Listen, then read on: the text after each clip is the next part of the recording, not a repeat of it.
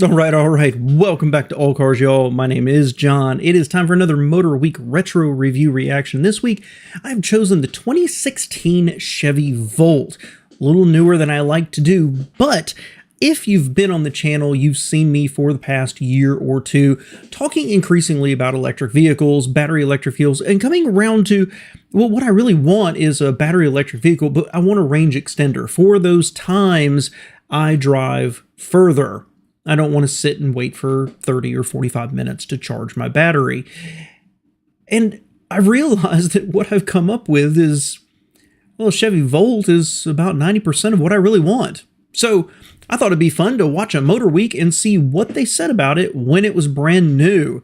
So we are freshly shorn this morning. We are cut low and built for speed. So make yourself comfy in your chair, grab your beverage of choice. We've got some Seattle's Best Dark Roast, fully loaded. Tastes like it's gritty. It's so strong. Let's see what Motorweek said about the Volt. Motorweek is made possible by Tire Rack.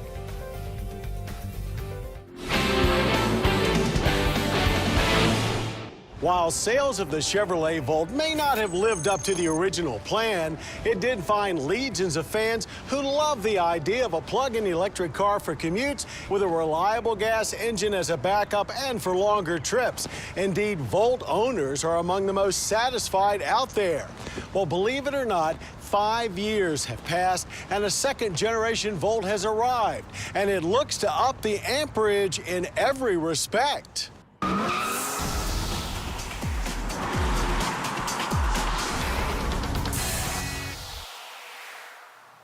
The 2016 Chevrolet Volt may be all new, but its mission is still the same.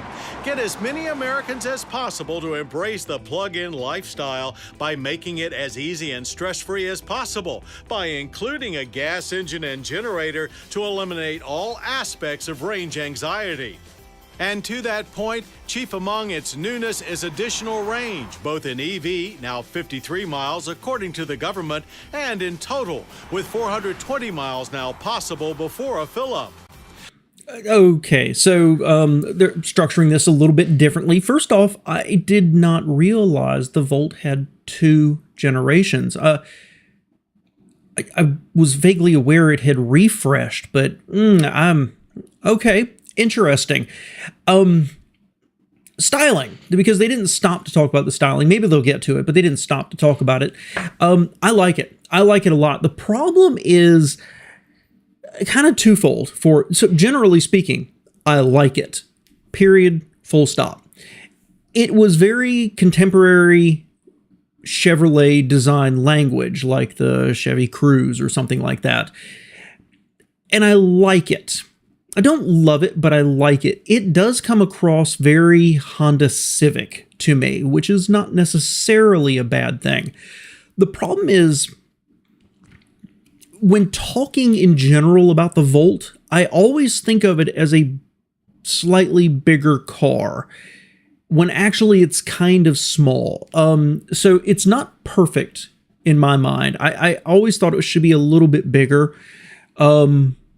We'll talk more about that, I think, when we look at the interior as well. But it makes sense, but it's still just a small car. So it's a Prius that's not a Prius in some ways. That's not really fair. But styling-wise, I think it looks good. Just not overwhelmingly exceptional, but at least it looks like a car versus, you know, the Prius. Range, 53 miles. Nothing great, honestly, but that's exactly what we're talking about with a battery with a range extender. That 53 miles is going to meet 90%, 99% of your needs if you're just driving around commuting. And then you've got that range extender for when you take longer drives or when you need it a little bit extra and you don't want to stop and charge. And you get over 400 miles. Absolutely perfect. Absolutely perfect. Let's see what else they say. Making this happen is a new dual motor drive unit that is 12% more efficient than before. There's more lithium-ion battery on board as well, now 18.4 kilowatt hours worth, though it weighs 20 pounds less. Electric motor output stays the same at 111 kilowatts, but the engine or range extender in plug-in parlance grows to 1.5 liters. Horsepower jumps 17 to 101. And more importantly, government fuel economy ratings are up significantly. Now 42 combined with an MPGe rating of 106. Also saving you a few dollars, premium fuel is no longer required. So the energy impact score of just 2 barrels of oil used yearly with CO2 emissions of 0.8 tons is close to nirvana. That's really impressive. The MPGe is just about the dumbest thing the regulators have ever come up with. It's a meaningless number that I think just confuses the entire issue. I know what they were trying to do, but it's just dumb. I did a whole video about what MPGe is and why it's stupid. That 42 combined, I take that with a huge grain of salt. You know, with the EPA regulations, with the sticker. If it says, you know, you get 30 city and 40 highway and can estimate a combined 35 in that case, that I buy, because it's taking into account one fuel, city cycle, highway cycle. With the miles per gallon for battery electric, that's where the MPGe comes in. It just depends. If you're driving purely electric every single day, then your miles per gallon of gas is infinite, right? Assuming you don't count where the electricity is coming from. But if every single day you use up your 50 some odd miles of range and then you use the gas engine, well, it's going to drop dramatically. So that 42, how realistic really is it? Taking it at face value, fantastic number. Absolutely fantastic number. And just, it's terrific. 2 barrels of oil a year. This is a fantastic result. This car was underappreciated. Perhaps more vital to some is a new exterior design that looks a lot less sci-fi and more down to earth, though it's still very modern, sporty, if a little Prius-like. A highly aerodynamic shape remains, of course, but no more than many other mainstream offerings. Every exterior dimension is up slightly except for height. Bottom line, this Volt will do a lot more blending in than broadcasting your eco-minded credentials. Signature touches like the flashy split grills get a major rethink. Low-energy LED headlights are standard, as are 17-inch wheels, keyless ignition, and remote start. Retaining its hatchback design means it's still a very practical vehicle as well, perhaps more so now that you can get a third passenger in the rear seat. If they are very small in girth, that is. There is a good amount of rear seat legroom, but headroom is still tight for adults. The cargo area remains unchanged at 10.6 cubic feet seats up, but the portable charge cord is more compact and there's a better system for storing it. Standard split folding rear seats expand the space for longer items. More mainstream. Before they get to the interior, you know, I am critical. I am one of those who is critical of GM. I've also talked about on the channel that I've kind of come around to what GM's doing. But there's a lot of smart thinking here. And GM still has talented engineers. They still can build a car, right? And so to take that engine, upsize it, increase the power, increase the fuel efficiency, increase the capacity of the battery pack, and decrease its weight along the way, win, win, win. I think that there are comments here about it looks more Prius-like. Well, that's a function of maximizing the aerodynamics of it. If that's your goal, then every company doing research is going to come up with generally the same shape. So it's hard to fault them for that. I will say, however, that this being their comment about it being less sci-fi and that it's not screaming how much you love the Earth credentials, right? That's probably part of the reason it failed. I suspect there's another big reason that's going to drop here in a minute. But there's a time where people wanted you to know that they cared enough to drive a hybrid, right? And now it's becoming a little more just every car could have a hybrid in it, or it could be battery electric. It doesn't scream to you. You don't need to, in more modern parlance, you don't need to virtue signal that you are loving on Mother Earth with a hybrid. I think maybe that's part of what failed here with the Volt, was it just looks like a small Chevy, so you're not really getting any attention. I think that plays a part in it. Rear cargo room, love it. Absolutely love it. Lay the seats down, love it.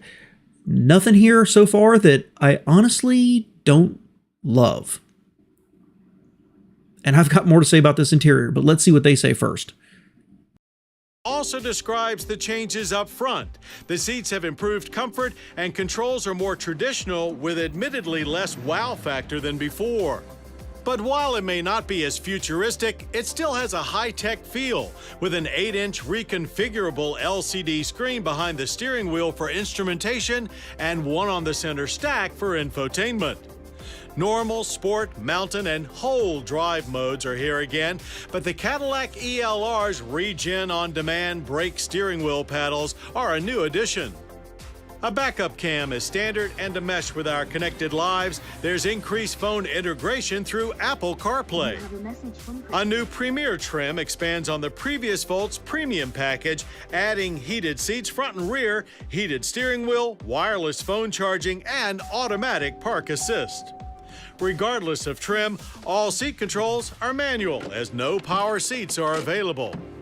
Still riding on the Cruise chassis means... Okay, so they skipped something I expected right there. But I love that interior. I do. Unabashedly, I love it. There's very, very little to criticize there. The only thing I can come up with is that small gauge display. Not a lot of room for other things. It does have an engine, so a temperature or tachometer, things like that. Not a lot of space in there, but the materials, the way they flow. I love GM's tablet design at the time, with having the controls right underneath it, but still have buttons and controls for everything else. It does show its age slightly here. When they were in the map and they had to hit a minus button, you couldn't pinch it. Little things like that. But absolutely, without reservation, I like that interior. And the fact that the seats are manual and not electric really doesn't bother me, regardless of trim line. For what is, let's face it, a small car from the mass market brand, doesn't bother me at all. I love that interior. Now, it has a critical flaw, which I keep expecting them to get to, and they didn't say it. And that is what they just said right there. This is still based on the Cruise platform. So it literally is Chevy's compact car platform converted to this, which is why when they were showing the battery pack, it was a giant T of batteries. And when you look at those seats, there's this huge tunnel between you. This is not a dedicated electric platform that they built from the ground up where the batteries go in the floor. It's more like a sports car with a drive shaft tunnel down the middle, but it's even bigger than that. One of the critical flaws of this car, I guess it was a previous generation one, the first generation I'd had a chance to experience, and that tunnel was just right there. And it kind of ruined the small car, right? When you look at the history of cars and you think about, we went from front engine rear wheel drive to front wheel drive, and it opened up all that space inside. This was like a huge step backwards. And I think that's a big, big reason that it faced resistance in the marketplace. ride quality is good but not exceptional, and it feels small and fairly competent in the corners provided you don't ask too much of it. Steering is direct with a nice weight to it. We were impressed with the good sensation of power coming off the line, but perhaps even more so in passing situations. GM claims an 8.4 second 0 to 60, but our seat of the pants feel puts it even quicker than that. A revised braking system eliminates some of the regenerative feel, and with good success, though the harder you work them, the more it comes to the foreground. Much like the ELR, the Regen on-demand paddles are very aggressive. Plus, they're fun to play with and can be very helpful. The cabin has gotten quieter, especially when the gas engine is humming away, though you will still hear some tire noise on coarser pavement. Base Volt pricing is actually down $1,000 over last year, with an LT now going for $33,995. The new, more luxurious Premier trim comes in at $38,345. Even with tax incentives, it is still an expensive compact car, with current low gas prices pushing payback beyond the horizon. And there's your Achilles heel, right? I don't know. I've told you many times, I don't watch these in advance. I don't do research in advance. I want this to be live, seat of the pants kind of commentary. But what was a Prius in 2016? A base level Prius. This strikes me as extremely expensive. When you could years later buy a Ford Maverick for $19,995, and this is better equipped with a nicer interior. $34,000 for the base just sounds super expensive, especially something that is an amortized platform, not a dedicated platform. And this is not the Cadillac, right? This is not the ELR. This is a Chevy. This pricing doesn't make any sense to me at all. And I think that's another big reason it failed. In spite of the battery, the advantages of the battery, this really is a small car with a small gas engine with a battery thrown in. Why the heck would you get that if you could just go over here and get a Honda Civic? Because I guarantee you the Civic wasn't $34,000. I appreciate that GM was trying to not sell this as a loss leader, that they were actually trying to make money on it, but they killed themselves. That's my opinion. Still, the original Chevrolet Volt was a landmark vehicle in our transition from fossil fuel power to electric propulsion. So with that ground already broken, the 2016 version is not so much an automotive revolution as it is a significant improvement on a highly practical idea.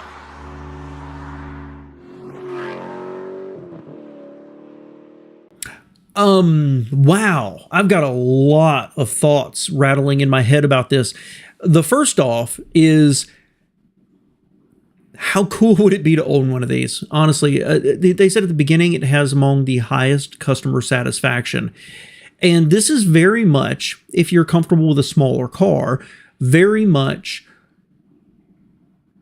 something I could see owning and keeping for a long time because it hits all of my high points. And as I've looked deeper into battery electrics and become more comfortable with the idea of using battery most of the time and having that range extender, this car has moved up to the forefront of like, well, that's basically what I want, except I want it a little bit bigger, right? I want it a little more Accord sized than Cruise.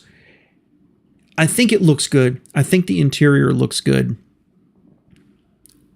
And I think it shows a lot of smart thinking by General Motors. Even the last section where they were talking about they've changed the braking so the regenerative is less in your face, making it feel a little more natural. Just lots of little improvements. I'm super impressed. That's what I'm trying to say here. What kills it is twofold. First off is by having that huge battery pack in it. They kind of ruin the space inside but still, by using another platform, you don't get the corresponding cheap, the less expensive, where it suddenly makes you're putting up with it because you're getting a deal. But they didn't design a dedicated platform, but they're charging the high price. It's kind of the worst of both worlds in a lot of ways. I would love to own one, or even cooler would be to own the Cadillac. Just because, when was the last time you saw one? That would be quirky. Love it. Absolutely love it. Would love to drive one, love to review one. And honestly, I think I would be happy owning one because this is kind of what I'm kind of comfortable with, kind of would like. And I don't know, did GM, in a desire to everything we sell must be profitable, kill their chances against the Prius? Or were they just a little too forward thinking and the market is only just now coming to them? I kind of think it's number two, but the fact is this was 8 years ago and they've got 2024 pricing on it. Let me know what you think below, guys. This was a fun one. Thanks for being here.